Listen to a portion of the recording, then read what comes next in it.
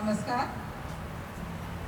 प्रवासी भारतीय दिवस के अवसर पर भारतीय दूतावास और एसोसिएशन दे अमिस्ताद पेरू इंडिया की ओर से मैं आप सबका हार्दिक स्वागत करती हूँ।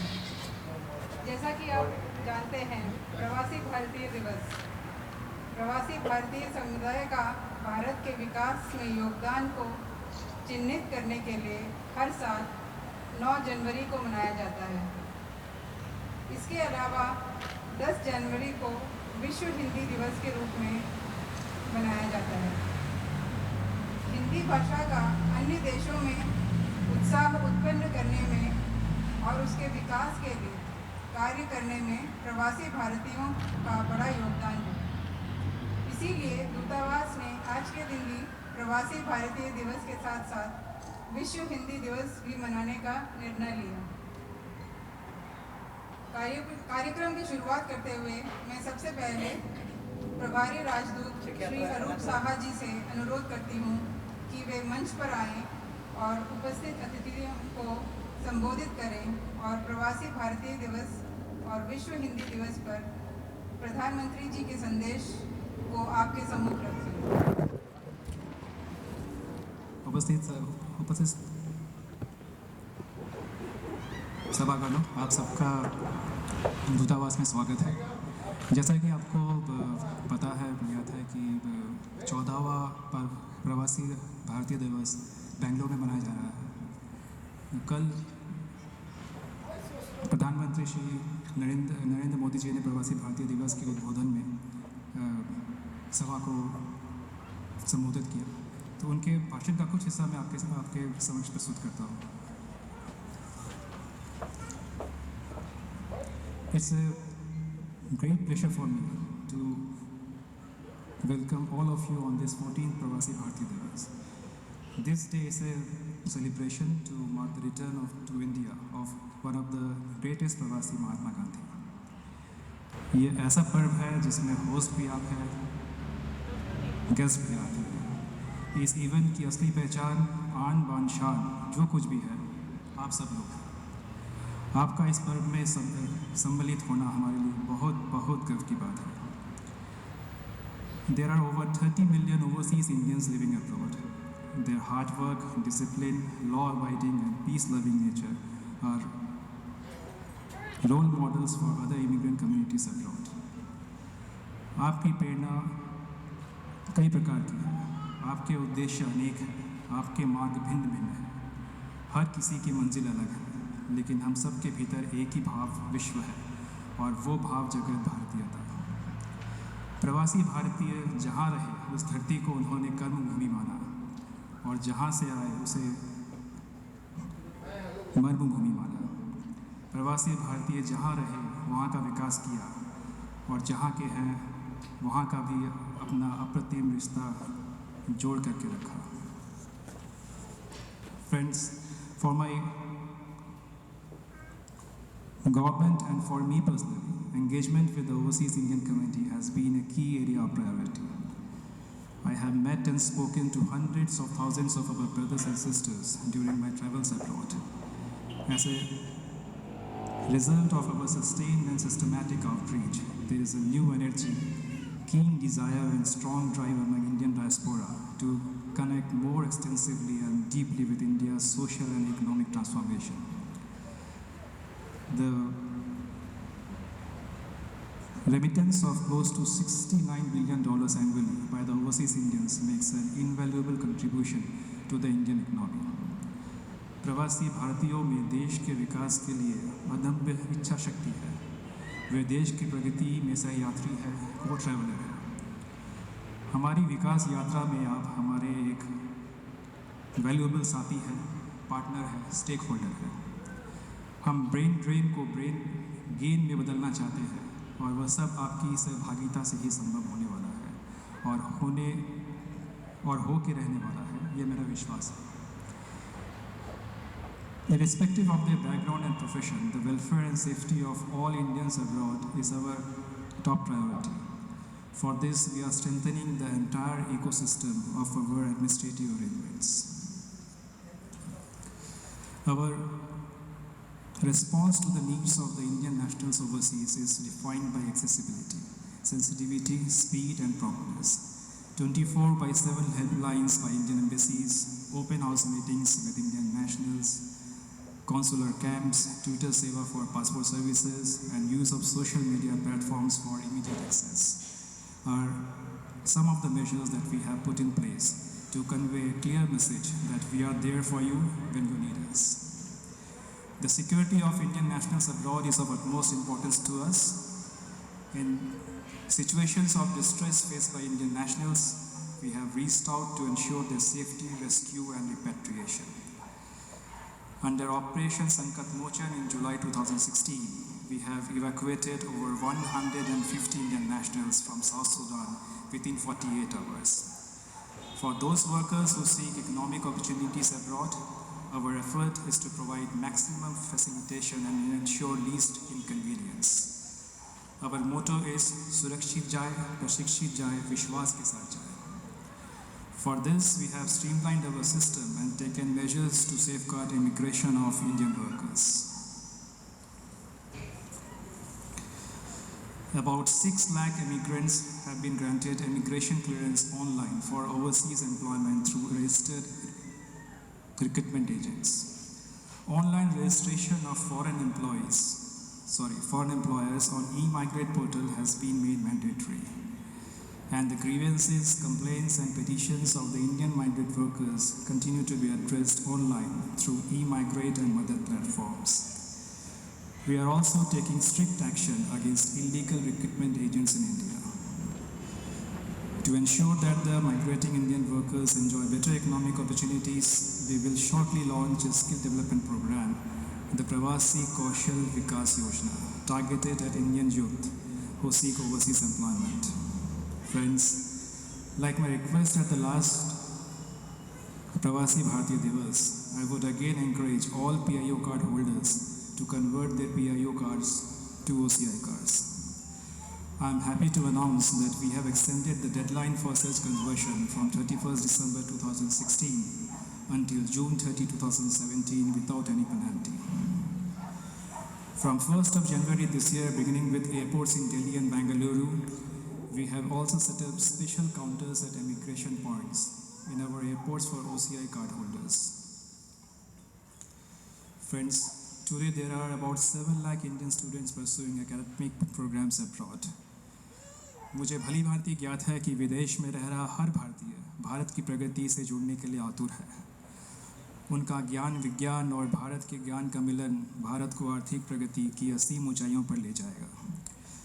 मेरा सदैव यह प्रयास और विश्वास रहा है कि सक्षम तथा सक्सेसफुल प्रवासियों को भारत की विकास गाथा में जुड़ने का संपूर्ण मौका मिलना चाहिए, खास तौर से विज्ञान तथा तकनीकी क्षेत्रों में. इसके लिए हमने कई कदम उठाए हैं. One of them is that the Department of Science and Technology is launching Visiting Adjunct Joint Research Faculty or VAJA scheme, which enables NRIs and overseas scientific community to participate and continue to research and development in India. Under the scheme, an overseas Indian can work for 1 to 3 months in an institution in India, and that too at good terms. किंतु सबसे महत्वपूर्ण है कि प्रवासी भारतीय इसके द्वारा देश की प्रगति का एक अहम हिस्सा बन सकता है. Friends, it is my firm belief that connect between India and overseas Indians should be sustained and enriching for both. To meet this goal, in October last year, Mahatma Gandhi के जन्म दिवस पर I had the honor of inaugurating the Pravasiya Bharatiya Kendra in New Delhi. This Kendra is dedicated to the overseas Indian community. We want it to become a symbol of the global migration experiences, struggles, achievements, and aspirations of the Indian diaspora. I am confident that the Kendra will become another important platform for crystallizing ongoing efforts of the government to redefine its engagements with the overseas Indian community. Friends, to provide the young Indian origin youth an opportunity to visit their motherland and reconnect with their Indian roots, culture, and heritage, we have expanded the government's Know India program, under which for the first time 6 groups of young overseas Indians are visiting India this year. Friends, आज भारत एक नई प्रगतिशील दिशा की ओर अग्रसर है। ऐसी प्रगति जो न केवल आर्थिक है अपितु सामाजिक, राजनीतिक और शासकीय है। आर्थिक क्षेत्र में पीआईओज तथा एनआरआईज के लिए एफडीआई नॉर्म्स पूरी तरह से लिबरलाइज्ड है। Investments by PIOs on non-repatriation basis and by companies, trust and partnerships owned by them are now deemed to be domestic investments at par with investments made by resident Indians. हमारे कई ऐसे programme हैं जैसे स्वच्छ Bharat mission, digital India and startup India, जिनसे प्रवासी भारतीय भारत के सामान्य व्यक्ति के प्रगति से सीधा जुड़ सकता है। There are some amongst you who would like to contribute in business and investments. Others may feel more comfortable supporting through contributions made to Swachh Bharat and others. Some others may feel motivated to spare their valuable time and efforts in volunteering in India, helping the underprivileged or contributing to capacity building programs in various sectors. We will Indian community to say that as Indians we have a common heritage that brings us all together, and no matter where we may be around the globe, it is in that common bond that we are strong. और इसलिए मेरे प्यारे देशवासियों, आपने जो सपने संजो के रखे हुए हैं, आपके सपने हमारे संकल्प हैं और हम सब मिलकर के उन सपनों को साकार करने के लिए अगर व्यवस्था में बदलाव की ज़रूरत हो, अगर कानून नियमों में बदलाव की ज़रूरत हो, साहसिक कदम उठाने की ज़रूरत हो, हर एक को साथ लेकर चलने के लिए जो कुछ भी करना पड़े, करने की आवश्यकता हो, ये सब करते हुए मैं विश्वास के साथ कहता हूँ 21वीं सदी हिंदुस्तान की सदी है। बहुत बहुत धन्यवाद।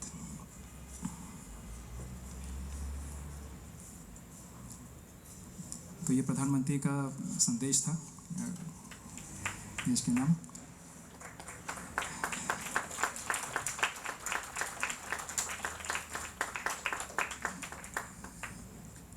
तो दोस्तों, जैसा कि आपने सुना प्रधानमंत्री के संदेश में कि काफ़ी कार्यक्रम है जो इंडियन डायस्पोरा है उनके लिए स्पेशली बनाए गए हैं।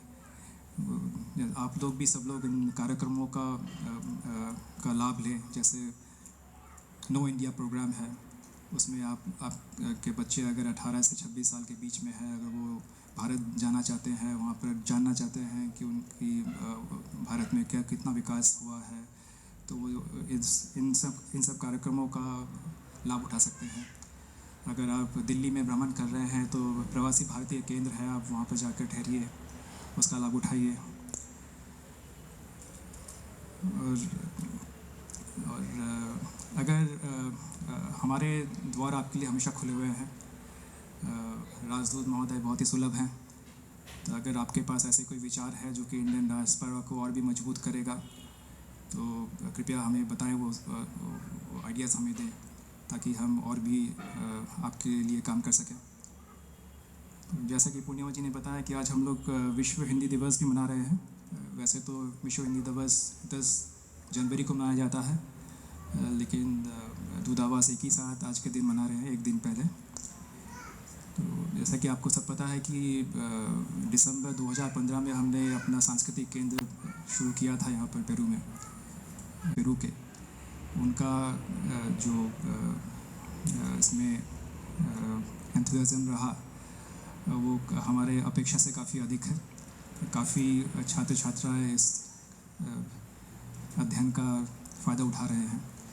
तो आज हिंदी दिवस के अवसर पर उन्हीं छात्राओं में से 5 छात्राएँ अपने अनुभव बताएंगी कि वो हिंदी सीख रही हैं और कैसे सीख रही हैं।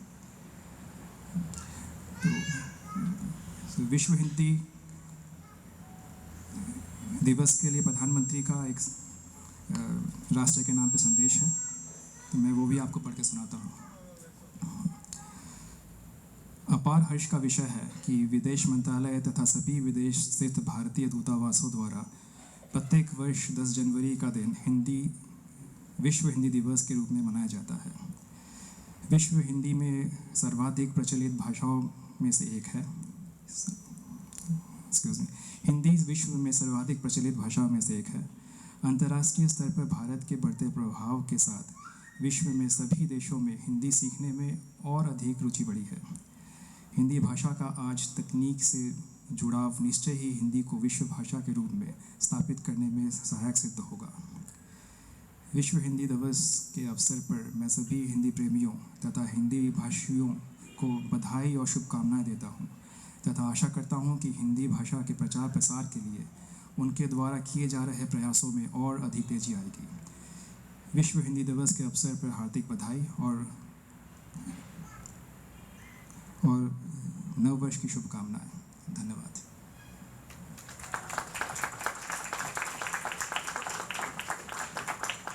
हिंदी कविता प्रस्तुत करेंगे। आइए। Honorable Mr. Chief Guest and all my dear friends, today it's a great pleasure for me that I am standing here and I am saying or I am telling about something Hindi. I will recite a Hindi poem. The title of my poem is Hindi.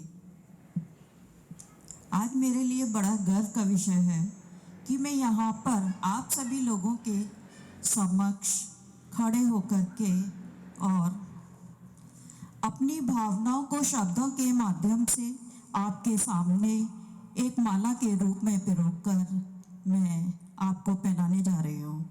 आशा करती हूँ, बल्कि मेरा विश्वास है कि आपको मेरी भावनाओं की माला अवश्य महकाएगी। जो भरा नहीं भावों से बहती जिसमें रसधार नहीं, बहती जिसमें रसधार नहीं, वह इंसान नहीं जिसे हिंदी से प्यार नहीं। अब मैं अपनी कविता प्रस्तुत करने जा रही हूँ। परदेश में प्यार की डोर से रिश्तों को जो भिगोती व पिरोती है, वह है मेरी मातृभाषा हिंदी। मन से निकल कर आपके हृदय तक जो पहुँचती है, वह है मेरी मातृभाषा।